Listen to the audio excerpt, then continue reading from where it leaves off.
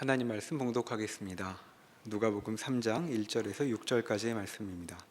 신약 90면 어간에 있습니다.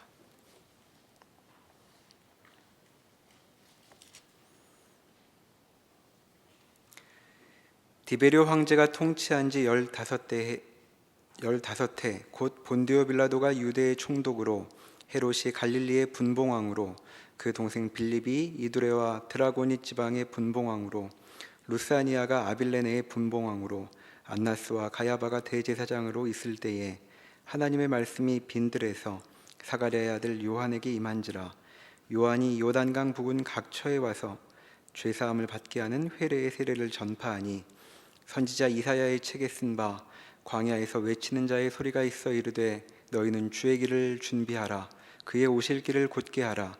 모든 골짜기가 메워지고 모든 산과 작은 산이 낮아지고 굽은 것이 굳어지고 험한 길이 평탄하여질 것이요 모든 육체가 하나님의 구원하심을 보리라 함과 같으니라. 아멘.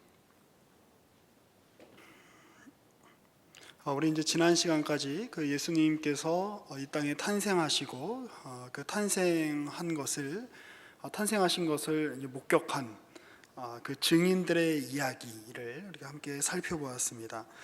그리고 이제 3장에서는 본격적으로 세례 요한을 시작으로 하여 예수를 통한 하나님의 통치, 하나님의 그 구원의 복음이 어떻게 그의 백성들에게 전달되고 증거되며 확산되는가를 이제 누가복음 3장 이후가 우리에게 이제 묘사를 해주고 있습니다. 1절에서 2절은 예수님께서 이 땅에서 활동하셨을 때는, 그리고 그 예수의 앞길을 예비했던 세례 요한이 활동했던 때는 어떤 초역사적인 그런 시간이 아니라 비역사적인 그런 시간들이 아니라 구체적인 역사의 한 현실 속에서, 한 시점 속에서 이 일이 일어났다라고 하는 것을 분명하게 보여주고 있습니다. 이 고대의 어떤 역사 기술 방법 중에 하나는 그러니까 지금처럼 이제 서기 몇 년, BC 몇 년 이런 이제 기준이 없었기 때문에 그 당시에 사람들이 누구나 다 알만한, 그 이후의 사람들도 알만한 유명한 그 통치자들이나 유명한 사람들의 시대라고 하며 역사 기술을 하는 것을 이렇게 즐겨 했다고 합니다. 먼저 누가도 이제 좀 그러한 기술 방법을 사용한 것 같지요.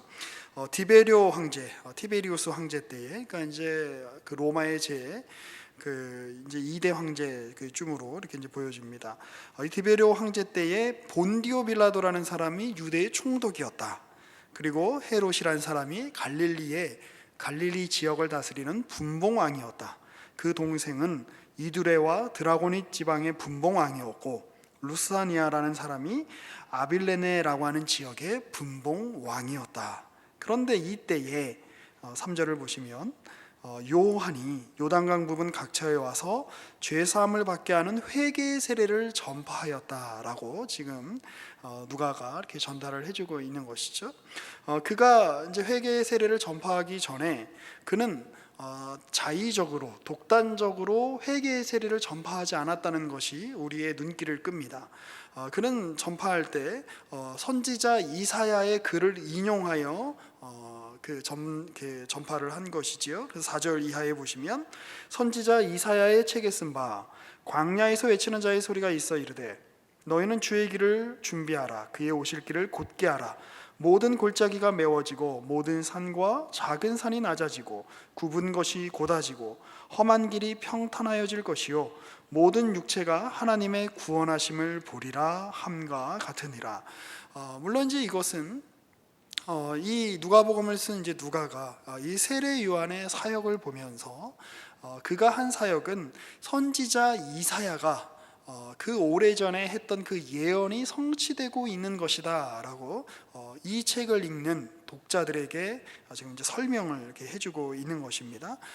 그런데 이제 우리가 여기서 알아야 하는 것은, 이 세례 요한의 행동이라고 하는 것은 바로 구약의 선지자들이 했던 그 행동의 연장선상에 있다라는 것을 지금 누가가 우리에게 드러내고 있다라고 하는 것입니다.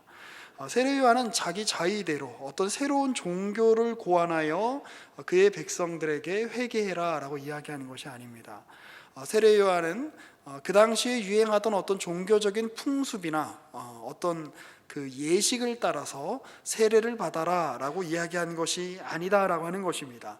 이 세례 요한, 구약에서 이야기한, 이사야서에서 이야기한 광야에서 외치는 자의 소리라고 일컬어지는 이 세례 요한은 누가 보낸 자인가? 바로 하나님이 보내실 이의 길을 평탄하게 하기 위해서 보낸 존재가 바로 세례 요한이다라고 하는 것입니다. 그러니 이제 이후에 우리가 예수님의 삶을 우리가 살펴볼 때도 마찬가지이겠습니다만, 이 예수의 이 삶은, 그리고 예수의 삶을 예비했던 이 세례 요한의 사역은 그들이 고안하거나 그들이 새롭게 만들어낸 사역이 아니라 하나님께서 구약에서부터 준비하시고 예비하신 그 오래된 일이 바로 오늘 여기에서 이루어지고 있는 것이다 라고 하는 이 인식이 누가복음 안에, 그리고 이제 복음서 안에 여실하게 드러나고 있다라고 하는 것입니다. 근데 이러한 일들은 우리가 2장 후반부에 있는 한 사건을 이렇게 연관시켜서 생각을 할 때에 우리가 좀 더 자세하게 이해할 수 있을 것입니다. 2장 39절부터 한번 보실까요? 이제 아기 예수님께서 이제 정결 예식을 그의 어머니와 함께 이제 마치고 그 가운데서 시몬이라고 하는 사람을 만나지요. 그리고 안나라고 하는 사람도 만나고 그들이 예수에 대하여 하는 이야기들을 이제 아마 마리아가 들었을 것이고 마음에 담아두었을 것입니다. 그리고 39절을 보면 주의 율법을 따라 모든 일을 마치고 갈릴리로 돌아가 본 동네 나사렛에 이르게 됩니다. 이 누가복음에는 나오지 않지만 마태복음에 의하면 이 요셉과 마리아는 헤롯이 그 예수님을 해하려는 것을 피하여 애굽에 피신하였다가 그리고 이제 나사렛으로 가게 되죠. 자, 그런데 40절 말씀을 보니까 아기가 자라며 강하여지고 지혜가 충만하여 하나님의 은혜가 그의 위에 있었다라고 이야기해주고 있습니다. 이 아이는 어떤 아이입니까? 그 2장 16절에 보면 빨리 가서 마리아와 요셉과 구유에 누인 아기를 찾아서라고 이야기하며 천사들이 목동들에게 찾으라고 이야기했던 그 아기입니다. 이 2장 17절에 나오는 16절에 나오는 이 아기는 갓난 아기죠. 그리고 이제 이 정결 예식을 마치고 이제 40절에 39절과 이제 40절에 나사렛에서 이렇게 자라고 있는 아이는 막 태어난 갓난 아기라기보다는 이제 그 유아의 때를 지금 이제 묘사해주고 있는 것 같습니다. 이 아이가 이제 드디어 이제 몇 살이 되었습니까? 42절입니다. 12살이 되었습니다.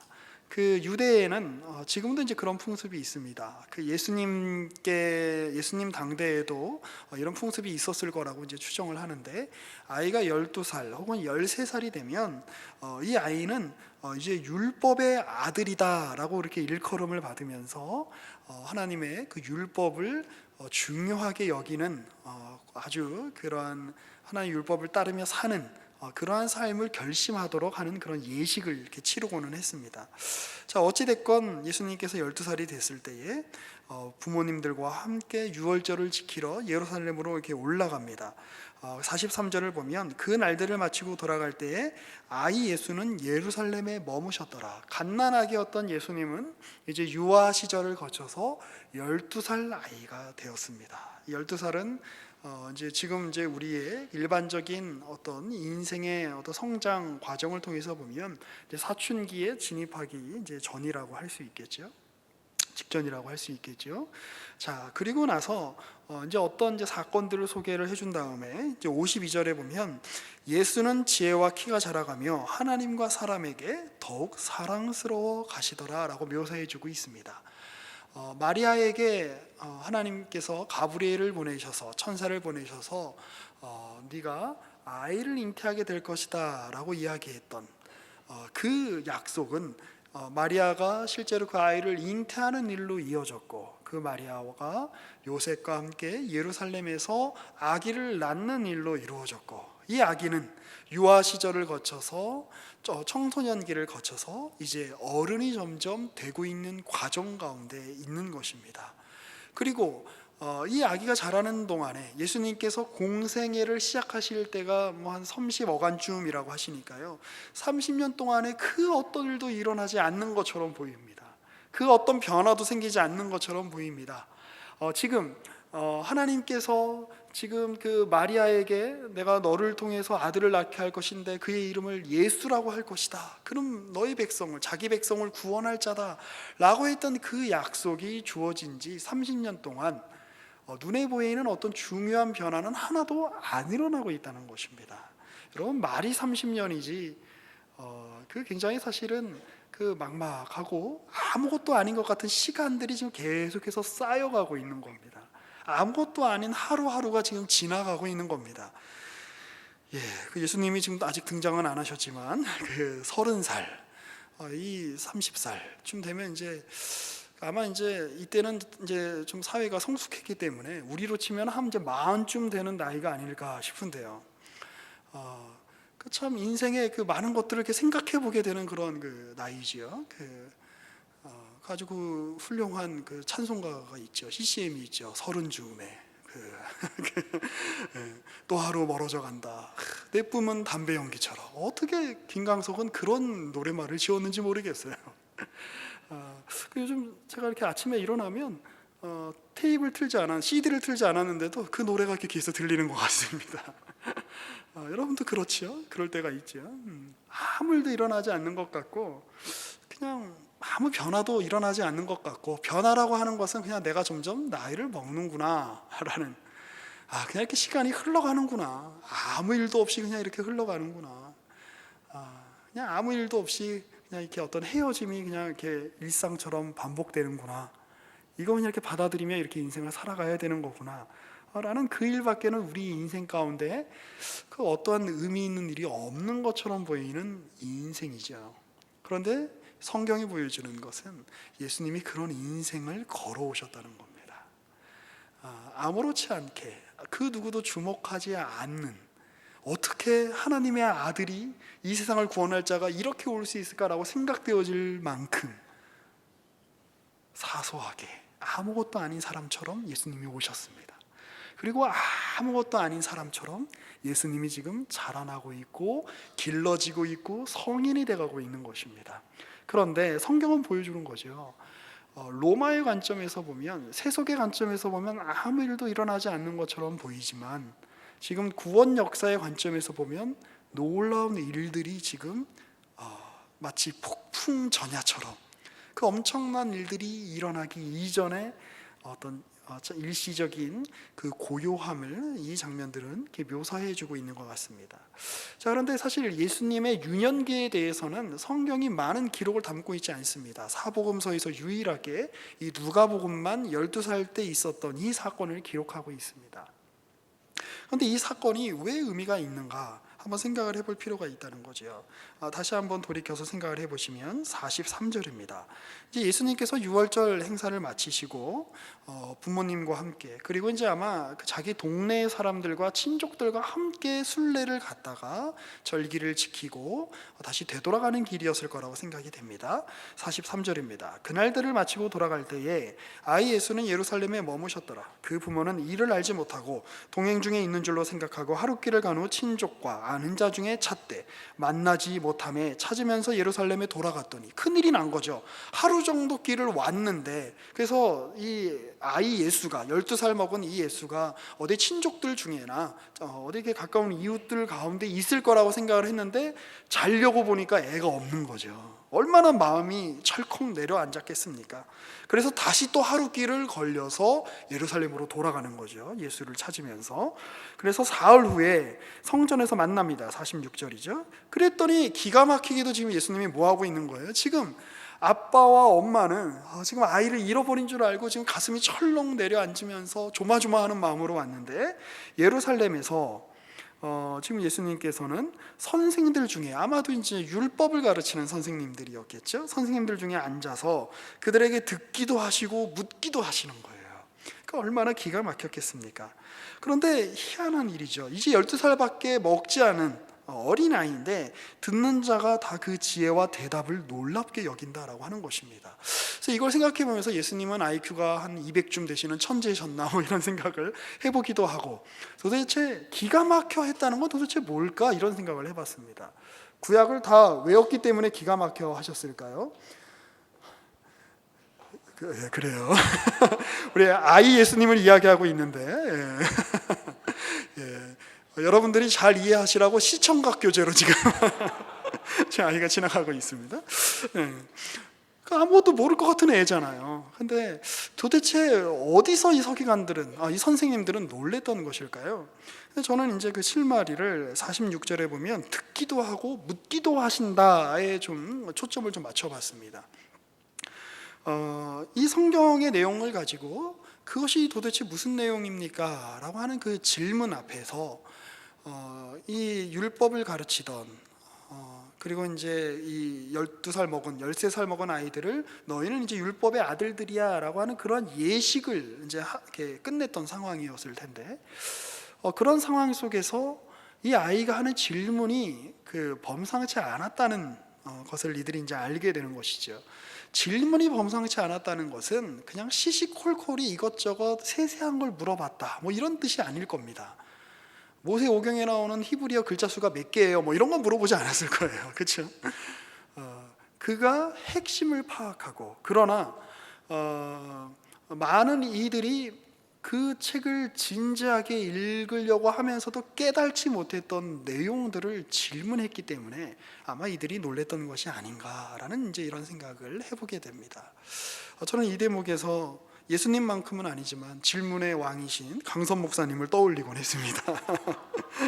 질문을 던질 수 있다라고 하는 것은 그것은 단지 궁금하기 때문에, 그거는 뭐 단지 질문하는 사람이 질문 받는 사람보다 모자라기 때문에 질문을 하는 것이 아니죠. 그만큼 그 어떤 사태와 그 본문의 내용과 그것을 파악하고 그것이 밝혀주는 바가 무엇인지 진지하게 고민하는 사람만 그것에 대해서 진지하게 질문할 수 있다는 것입니다. 결국 이 대목에서 우리는 알게 됩니다. 이제 예수님이 그렇게 이제 선생님들하고 이야기를 주고받는 것을 보면서 이제 부모가 이렇게 이야기하죠. 48절에 보시면 부모가 보고 놀라며 그의 어머니는 이르되 아이야 어찌하여 우리에게 이렇게 하느냐, 너 지금 이렇게 엄마 아빠를 근심하게 해서 너희 되겠니? 라고 이렇게 이야기하는 거죠. 봐라, 내 아버지와 내가 근심해서 너를 찾았잖니. 성경에는 지금 이렇게 굉장히 이렇게 부드러운 어체로 되어 있지만 아마 뭐 서목사님 같으면 아마 핸드폰을 던졌을걸요? 아마 굉장히 지금 뭐 다급하고 그냥 뭐 화가 날 수도 있고 어이없는 상황이잖아요. 애가 유괴됐으면 어떻겠나, 어디 뭐 길거리에서 어디 뭐 이렇게 들짐승에 밥이 됐으면 어떡하나, 이런 이제 고민들을 하고 왔을 거 아닙니까? 그런데 예수님의 대답이 더 기가 막힙니다. 뭐라고 이야기하죠? 예수께서 이르시되 49절입니다. 어찌하여 나를 찾으셨습니까?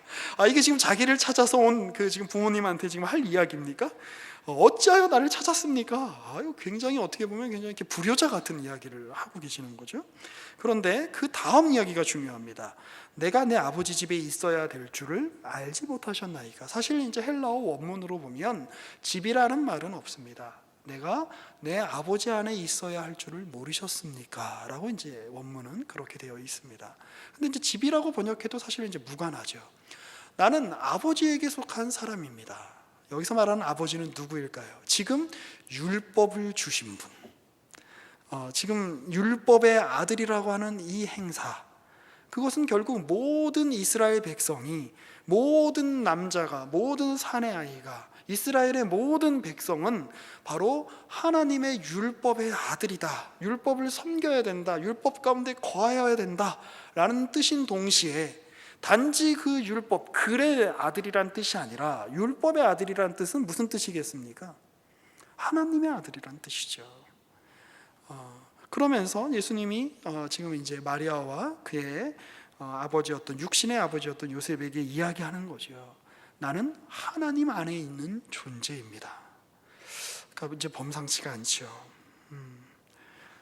그랬더니 이제 50절 말씀을 보니까 그 부모가 그가 하신 말씀을 깨달지 못합니다.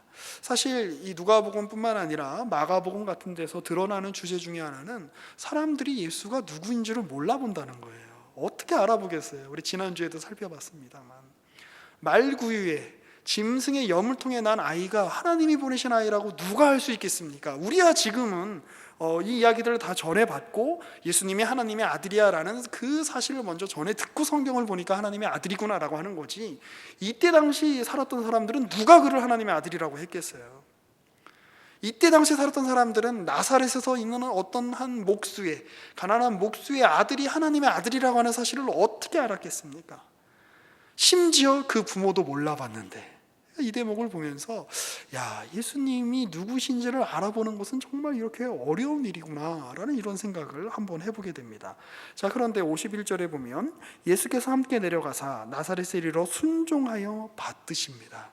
그리고 예수님은 적어도 이 이후로 17년 이상을 부모님께 순종하며, 주로 이제 어머님에게 순종을 했겠죠. 아버지는 어렸을 때 돌아가셨을 거라고 추정을 하니까 받드시죠. 그리고 마리아는 이 말을 마음에 둡니다. 마리아는 참 심정이 복잡했을 것 같습니다. 마음에 두어야 하는 말들이 참 많았습니다. 시므온의 말들이 그랬고, 안나의 말이 그랬고, 엘리사벳의 말이 그랬고, 가브리엘이 전해준 말이 그랬습니다. 그리고 그는 기다리고 있는 겁니다. 예수께서 자기 자신을 드러내실 때까지. 마찬가지로 우리의 삶도 그러한 것 같습니다. 예수님이 우리의 삶 가운데 분명하게 하나님께서 우리의 삶의 의미를 밝혀주시고 하나님의 일하심을 우리가 원하는 방식으로 나타내 보여주셨으면 좋겠다라고 생각할 때가 한두 번이 아닙니다. 그런데 성경은 우리에게 보여주고 있는 거죠. 예수님도 그 막막한 길을 걸었다.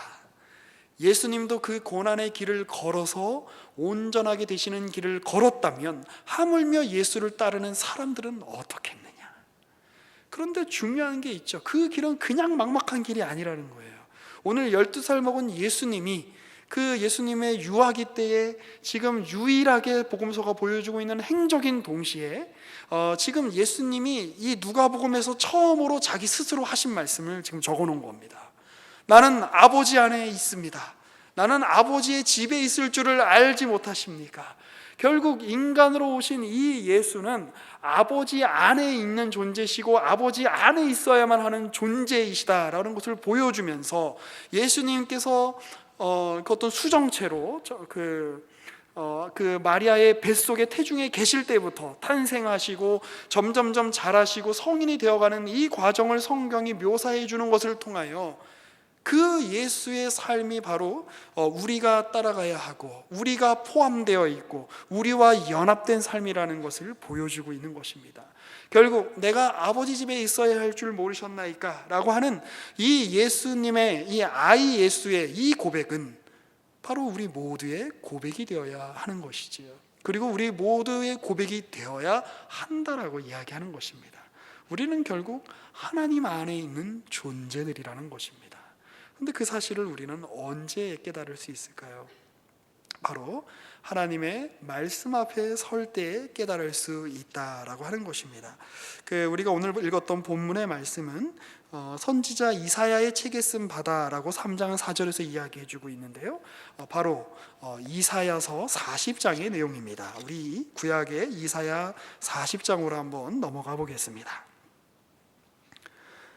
제 성경으로는 구약성경 1014페이지입니다. 3절부터 한번 보겠습니다. 외치는 자의 소리여 이르되 너희는 광야에서 여호와의 길을 예비하라. 사막에서 우리 하나님의 대로를 평탄하게 하라. 골짜기마다 도두어지며 산마다 언덕마다 낮아지며 고르지 아니한 곳이 평탄하게 되며 험한 곳이 평지가 될 것이요 여호와의 영광이 나타나고 모든 육체가 그것을 함께 보리라. 이는 여호와의 입이 말씀하셨느니라. 지금 하나님의 입에서 말씀하신 그 내용을 이사야가 대신 전달하고 있는 것입니다. 그리고 이 하나님의 이 예언의 말씀, 하나님께서 내가 이루리라라고 하신 이 말씀은 세례 요한을 통해서 성취되고 있는 것이죠. 그러니 지금 세례 요한이 회개하라, 천국이 가까웠다, 너희가 회개하고 주께로 마음을 돌이켜라, 세례를 받으라 라고 이 이야기할 때에 그는 자신의 어떤 종교를 창안하여 자신이 만들어낸 어떤 예식을 창안하여 이야기하고 있는 것이 아니라 그는 지금 하나님의 말에 대하여 증거하고 있는 것입니다. 하나님의 말씀에 대하여 그는 지금 이야기하고 있는 것입니다. 특별히 이 하나님의 말씀은 우리의 구원과 관련된 것이요 바로 하나님의 영광과 관련된 것입니다. 이 5절에 여호와의 영광이 나타나고를 이 누가복음 3장에서는 여호와의 구원이 나타나고로 이렇게 번역을 했지요. 결국 하나님께 의하여 영광이란 무엇인가? 하나님이 부르신 이들이 구원받는 것입니다. 그런데 이 말씀은 이렇게 이어집니다. 6절입니다. 말하는 자의 소리여 이르되 외치라. 대답하되 내가 무엇이라 외치리이까 하니 이르되 모든 육체는 풀이요 그의 모든 아름다움은 들의 꽃과 같으니 풀은 마르고 꽃이 시들면 여호와의 기운이 그 위에 불미라. 이 백성은 실로 풀이로다. 너희 인생들은 풀과 같다. 너희의 삶은 마치 풀과 같다. 너희가 아무리 강력한 왕조를 형성하고 살고 너희가 아무리 강력한 국가를 형성하고 살고 너희가 아무리 너희 스스로 안정을 추구하며 산다라고 할지라도 너희는 동풍이 한번 열풍이 한번 불면 그냥 말라 비틀어지는 들의 풀과도 같다 라고 지금 성경이 이야기하고 있는 것입니다. 하나님 말씀하고 계시는 겁니다. 그러면 이런 질문이 생기죠. 우리의 인생이 이렇게 들의 풀과 같다면, 우리의 인생이 이렇게 아무 의미 없는 존재라면 도대체 우리의 인생의 의미는 무엇입니까? 왜 나게 하셨습니까? 왜 태어나게 하셨습니까? 왜 우리를 창조하셨습니까? 어차피 우리를 이렇게 고난에 처하게 할 것이고 바벨론에 넘기시고 페르시아에 넘기시고 그리스에 넘기시고 로마에 넘기셔서 이렇게 제대로 살지 못하게 하실 거면 왜 우리를 선민으로 부르셨습니까? 이 풀과도 같은 존재에게 도대체 무엇을 기대하셔서 하나님은 우리를 하나님 앞으로 부르신 것입니까? 라는 이 질문이 당연히 나올 것입니다. 그때 주님이 말씀하시는 거죠. 풀은 마른다. 꽃은 시든다. 인생은 마를 것이다. 너희의 젊음도 시들 것이다. 너희가 인생에서 구가하고 있는 모든 전성기도 언젠가는 모든 사람들이 다 기억하지 못하는 무상 속으로, 무념 속으로, 아무것도 아닌 것 속으로 사라지게 될 것이다. 그런데 하나님의 말씀은 영원히 설 것이다 라고 주님이 말씀하고 계시는 것입니다. 그러면서 그 주님의 말씀 안에 거하는 자들, 하나님의 말씀 앞에, 하나님의 말씀의 집 안에, 하나님의 그 말씀 안에 거하는 한 존재로서 예수가 오시는 겁니다. 그리고 그 예수가 우리 모두의 삶, 갓난아기의 삶, 유아의 삶, 어린이의 삶, 청소년의 삶, 성인의 삶, 심지어 죽음에 이른 모든 인간의 현실까지 끌어안아 하나님의 말씀 앞에 우리 모든 사람들을 세우는 것이죠. 그리고 우리는 그 예수 안에서, 우리에게 오신 영원한 말씀이신 그 예수 안에서 우리는 영원히 주님과 함께 하나님 앞에 서게 되는 것입니다. 자, 이러한 내용들은 우리에게 어떠한 실제적인 지침들을 줄 수가 있을까요? 우리 다시 누가복음 3장으로 한번 넘어와 보시겠습니다. 마리아는 지금 누가복음 2장에서 매우 심란했을 거라고 제가 말씀을 드렸습니다. 담아둬야 되는 말이 너무 많은 거죠. 도대체 주의 뜻이 언제 이루어질 것인가? 적어도 우리는 이 공간복음서의 그 모든 역사의 내용들을 이미 알고 있는 사람들로서 마리아가 들었던 그 이야기들은 적어도 예수께서 십자가에 죽으시고 부활하신 다음에야 마리아는 아마 그걸 깨달았을 겁니다. 33년이 걸린 거예요. 33년이 걸린 겁니다. 자, 그리고 지금 세례 요한은 이렇게 이야기합니다. 나는 광야에서 외치는 자의 소리다. 나는 그분을 예비하러 온 사람이다. 그러니 너희 마음의 골짜기, 너희 마음에 굽은 것을 평탄하게 하고 주님의 말씀이 너희 안에 들어올 수 있도록 예비하고 준비해라 라고 이야기하죠. 그래서 7절에 보면 요한이 세례받으러 나오는 우리에게 이르되 독사의 자식들아 누가 너희들어 일러 장차올 진노를 피하려 하자냐. 하나님의 그 진노는 피할 수 없다. 너희가 저지른 죄의 결과를 하나님은 보게 하실 것이다. 그러나 너희가 회개하라. 그러므로 회개에 합당한 열매를 맺으라. 이 회개라는 말의 원래의 뜻은 돌이키다 이런 뜻입니다. 돌이키다. 이 돌이키다라고 하는 말은 찾아보지는 않겠습니다만 열왕기상 8장에 보면 솔로몬이 성전을 짓고 나서 하는 그 기도 가운데 만일 우리가 하나님께 죄를 지어 그 죄가 극심하여 다른 나라에 팔려가게 된다라고 할지라도 그때 우리의 마음을 돌이켜 성전을 향하여 기도하면 하나님 우리를 회복시켜 주십시오라고 할 때에 사용되었던 바로 그 말입니다. 돌이켜라, 하나님께로 돌이켜라, 지금 이야기를 하고 있는 거죠. 그래서 8절에 이렇게 이야기하죠. 회개에 합당한 열매를 맺고 속으로 아브라함이 우리 조상이라 말하지 말라. 내가 너희에게 이르노니 하나님이 능히 이 돌들로도 아브라함의 자손이 되게 하시리라. 지금 구약의 본격적인 의미가 지금 세례 요한을 통해서 규명되고 있는 것입니다. 구약은 오실 하나님, 말씀이신 그 예수님에 대한 기대와 그것에 대한 소망을 담고 있는 책입니다. 그리고 하나님이 가지고 오실 그 구원과 그 회복의 역사는 이스라엘에게만 국한된 것이 아니라 육신적으로 혈통적으로 아브라함의 자손이 아니라 하나님께서 믿음으로 부르신 사람들, 하나님께서 그 믿음으로 엮으신 사람들, 연합하신 사람들이 바로 아브라함의 자손들이다, 참된 아브라함의 자손들이다라고 이야기하고 있는 거죠. 그래서 이제 10절에 무리가 이렇게 물어봅니다. 그러면 우리가 무엇을 해야 됩니까? 어떻게 해야 합니까? 그런데 여러분 같으면, 여러분이 만일 세례 요한이라면 무엇이라고 대답하시겠습니까? 이 악이 창궐한 세상에 하나님이 오실 길을 예비해야 된다라고 하는 그 상황에, 말도 안 되는 이 현실 속에 아마 세례 요한이 처했던 현실은 1절과 2절에서 보여주고 있는 그 당시 그 지역을 통치했던 권력자들이나 대제사장들의 목록을 보았을 때에 절대 녹록치 않은 현실이었을 것입니다. 우리가 살고 있는 지금의 오늘의 현실 못지않게 부당하며 말이 안 되며 어떻게 이런 일이 일어날 수 있는가라고 외칠 수밖에 없는 그 현실의 한 복판이었을 것입니다. 근데 저는 생각해 봅니다. 만약에 내가 세례 요한이었다면 저는 훨씬 더 급진적이고 훨씬 더 과격한 해답을 내놓았을 것 같아요. 나를 따르는 사람이 이렇게 많다면 우리가 한번 이 세상을 뒤집어 보자, 우리가 한번 저 헤롯을 무너뜨려 보자, 우리가 한번 정말 새로운 삶을 살아보자 라고 이야기했을 것 같아요. 그런데 세례 요한의 대답은 회개해라, 세례를 받아라 라고 이야기하는 것에 는 약간 무게감이 떨어지는 것 같은 느낌이 들기도 합니다.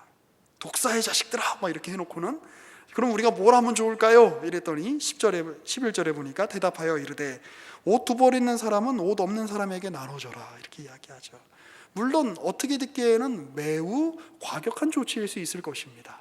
그러나 이거는 좀 약한데 이런 생각이 들기도 합니다. 먹을 것이 있는 자도 나눠줘라, 매우 중요한 가르침이지요. 자, 그런데 여기서 과연 내가 내 스스로 선행을 행한다 그래서 내 스스로 내 주변에 있는 한 누군가를 돕는다고 해서 세상이 바뀔까? 이런 의문이 드는 것이지요. 12절을 보면 세리들도 세례를 받고자 하여 이르되 선생이여 우리는 무엇을 하리이까 하매, 세례 요한이 이렇게 이야기하죠. 부가된 것 외에는 거두지 말아라. 저 같으면 세리를 당장 때려쳐라 이렇게 이야기했을 것 같아요. 그 부당한 구조 속에 이스라엘 백성들을, 우리 민족을 억압하는 그 로마의 앞잡이로 네가 그렇게 살고 싶냐? 당장 때려치고 나를 쫓아라 이렇게 이야기했을 것 같은데 그대로 두고 그냥 더 부가된 거 외에는 걷지 마라 이렇게 이야기하죠. 군인들에게 대해서도 마찬가지죠. 군인들도 물어 이르되 우리는 뭘 하리이까? 그러니까 너 군대 나와라, 때려쳐라, 병역 거부해라 이렇게 안 하고, 너 사람에게서 강탈하지 말고 거짓으로 고발하지 말고 급료를 족한 줄로 알고 여기고 있어라, 그렇게 살라 이렇게 이야기합니다. 마치 너희가 이 세상이 모두가 다 하나님 앞에서 잘못되었다, 이 세상은 정말 돌이켜야 된다, 몹쓸 세상이다 라고 이야기하는 설교자가 있습니다. 혹은 선동가가 있습니다. 그 사람 앞에 가서 그럼 이제 우리가 뭘 할까요? 라고 했더니 그냥 너 있는 데서 열심히 출근해서 회사 출근해서 그렇게 살고 너 있는 데서 그냥 성실하게 살아라 라고 하는 그런 이야기처럼 들립니다. 성경의 이야기는 정말 그런 어떤 구조에 대해서는, 근본적인 변화에 대해서는 관심이 없는 그런 것일까? 이런 생각을 해보게 되었습니다. 우리는 알고 있지 않습니까? 그냥 내가 단지 나 혼자 선한 사마리아의 노릇을 한다고 해서 세상은 바뀌지 않아. 내가 누군가에게 어떤 구제를 한다 그래서 그 가난한 사람이 생기는 이 땅의 현실이 바뀌지는 않는다는 것을 우리는 알고 있습니다. 그런데 우리는 이 대목에서 아주 중요한 것을 지금 성경이 이야기하고 있다는 것을 우리는 생각해야 됩니다. 바로 15절입니다. 백성들이 바라고 기다립니다. 모든 사람이 요한을 그리스도가 아닌가라고 생각하는 거죠. 인기가 굉장히 좋았던 것 같습니다. 그런데 요한은 뒤로 물러섭니다. 자기가 개혁의 중심이요, 자기가 이 세상을 변화시키는 혁명의 어떤 주체로서 서는 것이 아니라 한 발짝 뒤로 물러서는 것이죠. 요한이 모든 사람에게 대답하여 이르되, 16절이죠. 나는 물로 너희에게 세례를 베풀거니와 나보다 능력이 많으신 이가 오시나니 나는 그의 신발끈을 풀기도 감당하지 못하겠노라. 그는 성령과 불로 너희에게 세례를 베푸실 것이요 손에 키를 들고 자기의 타작마당을 정하게 하사 알곡은 모아 곳간에 들이시고 쭉정이는 꺼지지 않는 불에 태우시리라. 그가 오실 것이다. 그가 진정한 심판을 이 세상에 행하실 것이다. 그가 진정한 완성을 이 땅에 이루실 거다. 나는 그분을 예비하는 자에 불과하다. 높아져야 되는 것은 그리스도이다. 나는 낮아져야 된다라고 이야기하는 거죠. 그리고 18절을 보시면 왜 이런 이야기들이 연결되어 있을까요? 또 그 밖에 여러 가지로 권하여 백성에게 좋은 소식을 전하였으나, 좋은 소식을 전하였습니다. 그랬는데 이 세례 요한에게 주어진 현실은 무엇이었습니까? 설교를 잘 했더니 그에게 어떤 외제차가 주어지고 그에게 어떤 고급 빌라가 주어진 것이 아니었습니다. 그는 옥에 갇히게 되지요. 바로 19절과 20절에 나오는 내용입니다. 그러면 도대체 세례 요한이 한 일은 무엇일까요? 세례 요한은 아무 일도 이루지 못하고 그냥 옥에 갇혔다가 우리가 나중에 알고 있듯이 그냥 허무하게 목이 베이는 그 현실을 산 사람입니다. 그런데 이 세례 요한이 한 일에 대하여, 이 세례 요한에 대하여 예수께서는 여자가 낳은 자 중에 가장 크다라고 칭찬하시지요. 그러면 이 세례 요한이 보여주었던 것은 무엇입니까? 자기에게 몰려오는 사람들 앞에서, 자기를 그리스도라고 그렇게 생각하는 사람들 앞에서 나는 그리스도가 아니다, 나는 하나님이 아니다 라고 하는, 하나님 앞에 선, 하나님의 말씀 앞에 선 한 진지한 신자의 모습을 우리에게 보여주고 있는 것입니다.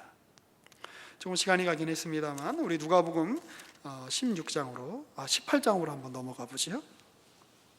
그 누가복음 18장에 보시면 그 예수님께서 과부와 재판장의 비유를 통해서 기도에 관해서 지금 말씀을 하고 계십니다. 끈기 있게 기도를 해야 되는데 1절부터 보지요. 예수께서 그들에게 항상 기도하고 낙심하지 말아야 할 것을 비유로 말씀하시되 이르시되 어떤 도시에 하나님을 두려워하지 않고 사람을 무시하는 한 재판장이 있는데 그 도시에 한 과부가 있어 자주 그에게 가서 내 원수에 대한 나의 원한을 풀어주소서 하되 그가 얼마 동안 듣지 아니하다가 후에 속으로 생각하되 내가 하나님을 두려워하지 않고 사람을 무시하나 이 과부가 나를 번거롭게 하니 내가 그 원한을 풀어주리라. 그렇지 않으면 늘 와서 나를 괴롭게 하리라 하였느니라. 주께서 또 이르시되 불의한 재판장이 말한 것을 들으라.